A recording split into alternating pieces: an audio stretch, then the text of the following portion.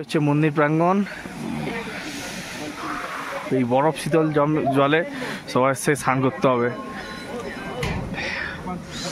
ও পুরো জমে গেছে, যেখানে জল পড়ছে তার পাশের জল জমে গেছে।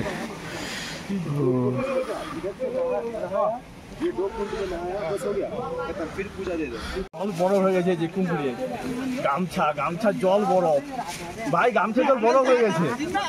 এইটা একটা কুমড়ে গেছে, দেখ এই যে মিডিলে কুমড়ে গেছে, এটা কুমড়ে গেছে দেখছো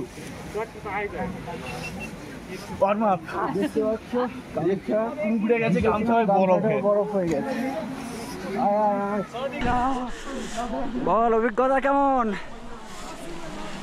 এইবার অর্ক যাবে আমাদের।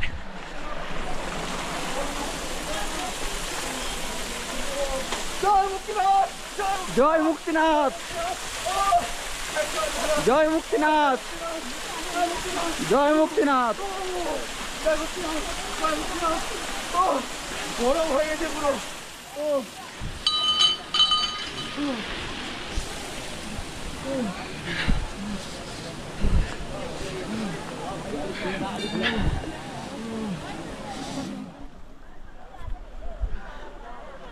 নাম তিনটে।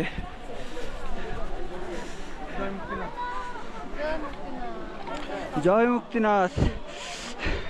নে ডুবতে।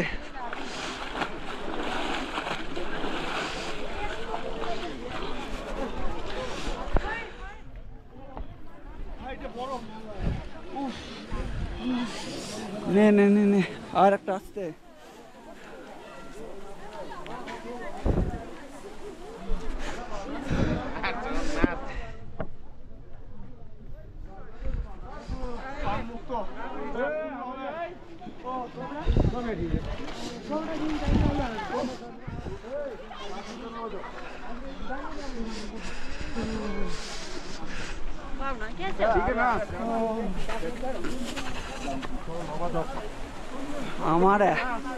আমারই এখনো কাঁপুনি কমছে না।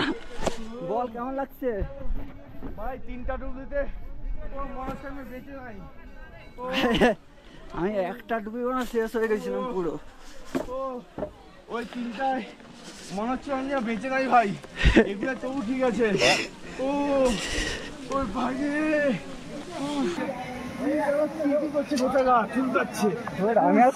আমি আর ভিডিও করতে পারো না, পাটা কেমন যেন জ্বালা জ্বালা করছে ভাই, কোনো ফিলিং পাচ্ছি না। এই বালির মতো কিরকির করছে গোটাকা। ও মনে হয় চামড়ার নিচে বরফ হয়ে গেছে।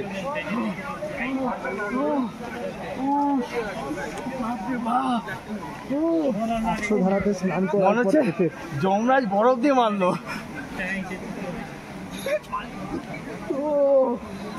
চুলটুল মনে হয় বরফ হয়ে গেছে ভাই।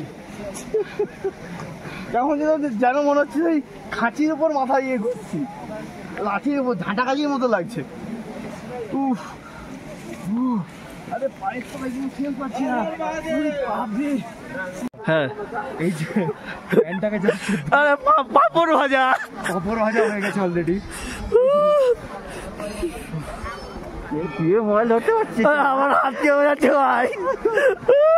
মোবাইল স্টেবিলাইজেশন দিয়ে সিগন্যাল করতে পারবে না ওটাকে। আমাদের প্যান্টটা দেখি, আমার প্যান্টটা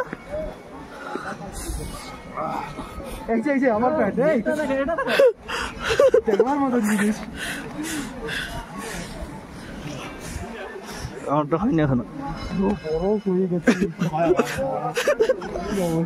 গুড মর্নিং বন্ধুগণ, মুক্তিনাথ থেকে এতদিন আমরা নারকেল তেল আমরা হচ্ছে জমতে দেখেছিলাম, কিন্তু আজকে সর্ষের তেলও আমরা জমতে দেখলাম। ঠিক আছে কেমন গোবিন্দ, কেমন লাগছে? পুরো জমে আছি, জমি পুরো বরফ হয়ে গেছে। কল্পি আর কেমন? আমি আমার কাণ্ড বুঝতে পারছি না, হাতের শিশি হচ্ছে, পায়েরও সেন্স নেই কোনো। সুপ্রিয়দা, এ সবাইকে দেখে তো আমার গরম লাগছে, তোমার কেমন কি ফিলিংস হচ্ছে এখন? আমরা দুজন তো যাবো। লাগিয়ে না, আমি হাত ফিল করতে পারছি না।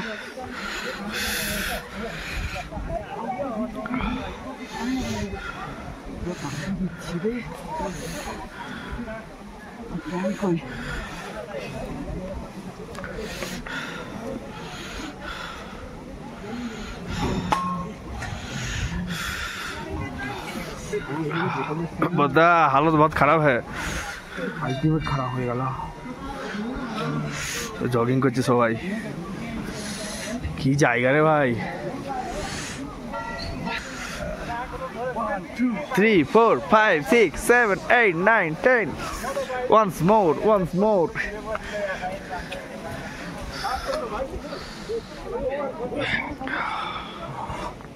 আজকে হয়তো অরিজিনালি মুক্তি পেয়ে যেতাম মুক্তিনাথ ধামে এসে। আমার তো আগেই নাক দিয়ে জল পড়ছে ভাই কি হবে রে রবীন্দ্র ফেসটা দেখি খালি লাল হয়ে গেছে আমার নাক কান সব কিছু বলো সুপ্রিয়দা এই ড্রেস আর থাকবে না বেশিক্ষণ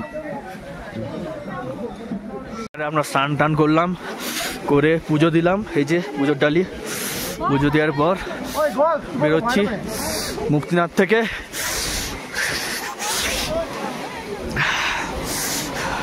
বরফ যখন পড়ে থাকবে তখন আমার মুক্তিনাথ আবার ইচ্ছা রইলো কি গোবিন্দ যখন পুরো বরফ জমে থাকবে তখন আবার মুক্তিনাথ আসার ইচ্ছা রইলো সেই ইচ্ছা নিয়ে চললাম